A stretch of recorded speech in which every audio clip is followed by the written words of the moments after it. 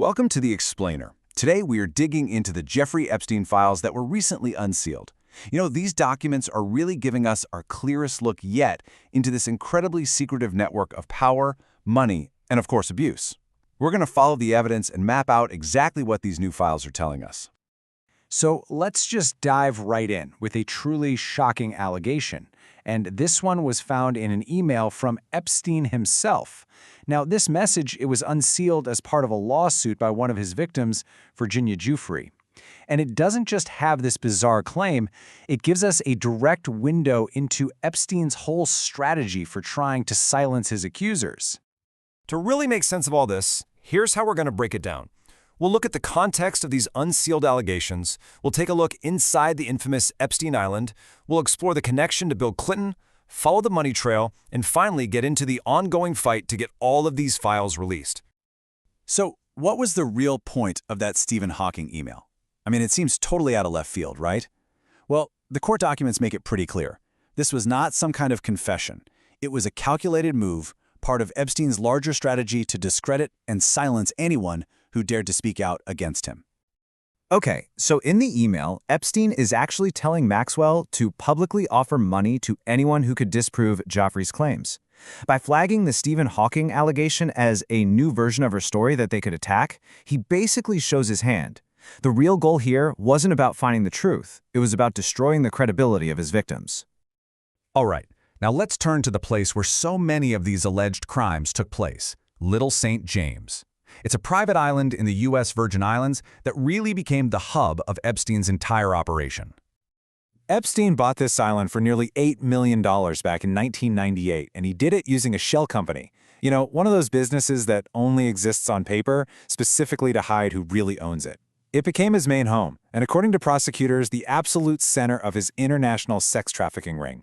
His little nickname for it, Little St. Jeff, is just chilling, especially when you contrast it with the island's dark reputation.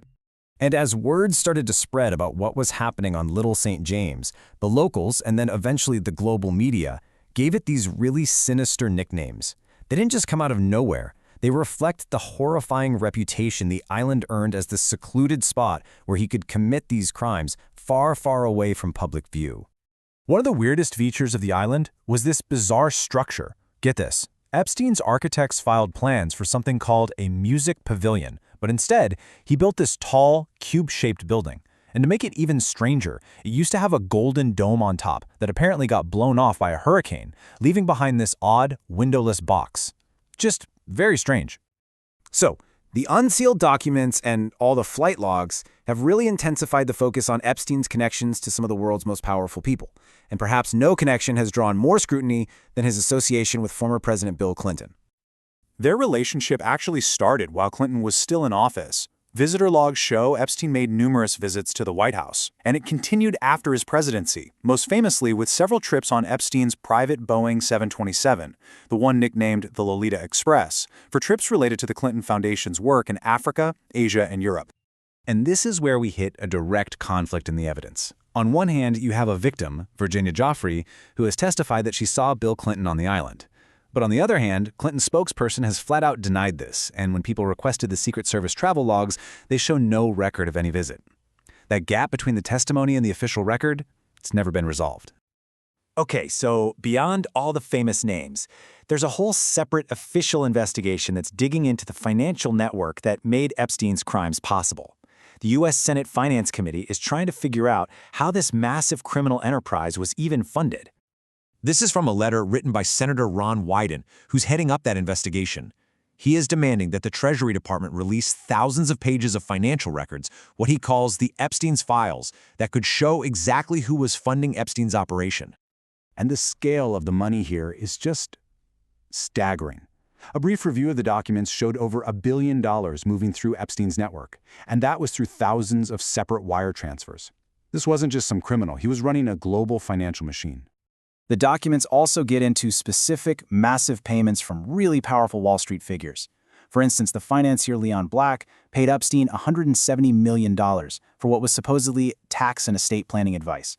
But a settlement with the U.S. Virgin Islands notes that that money was used to partially fund his operations there. And the records also show just how international Epstein's finances were. About $200 million in transactions were processed through Russian banks, some of which are actually under U.S. sanctions now. This financial trail proves his activities were plugged into a global network of really powerful institutions. So all of this leads us to the central conflict that's happening right now, this legal and political battle to get these financial records released to the public. Senator Wyden's request to the Treasury is incredibly specific. He's listed 58 different individuals, banks, and trusts. This isn't some vague request. It's a comprehensive demand for all the records connected to Epstein's inner circle, his financial enablers, and the corporate structures he used to hide everything he was doing. The core of the conflict is really this. Senator Wyden argues that the Treasury has the full legal authority to release these documents to his committee for their investigation, but that they are actively choosing to withhold them. He's accusing the department of stonewalling and getting in the way of a congressional inquiry. And this leaves us with the critical, unresolved question at the heart of this entire affair. While the court documents have given us names and allegations, the financial records could tell the full story of who enabled Jeffrey Epstein. The files exist. They're sitting in a government department. But the fight for accountability and for transparency, well, that's far from over.